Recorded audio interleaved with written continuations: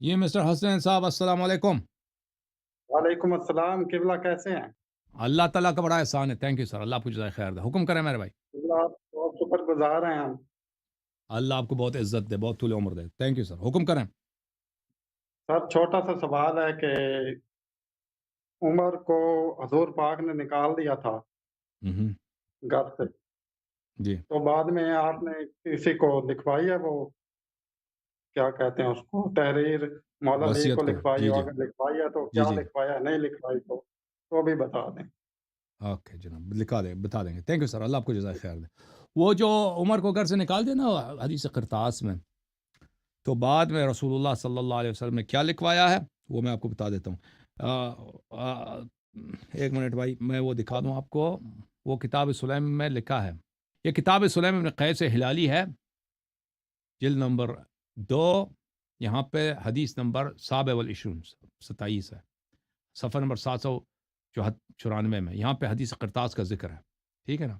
حدیث نمبر 11 میں، صفحہ نمبر ہے 698 میں، وہاں پہ ذکر ہے کہ رسول اللہ صلی اللہ علیہ وسلم نے کیا لکھا ہے جب ان کو گھر سے نکال دیا۔ رسول اللہ صلی اللہ علیہ وآلہ وسلم نے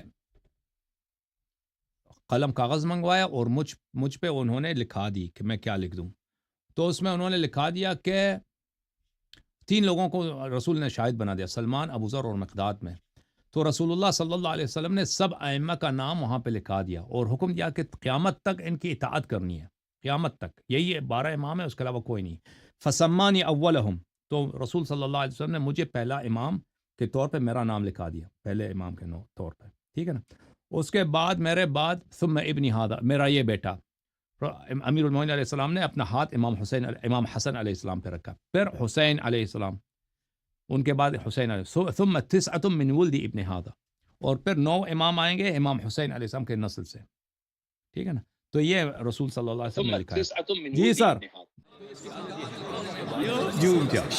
جوم جاؤ، پرواز کرو، کیوں فخر سے سر اٹھا، کیونکہ اللہ تعالیٰ نے تمہیں انتخاب کیا، صراط حق پر صرف تم ہو، صراط ایمان پر صرف کیا، کیونکہ اللہ تعالیٰ نے تمہیں انتخاب کیا، صراط حق پر صرف تم ہو، صراط ایمان پر صرف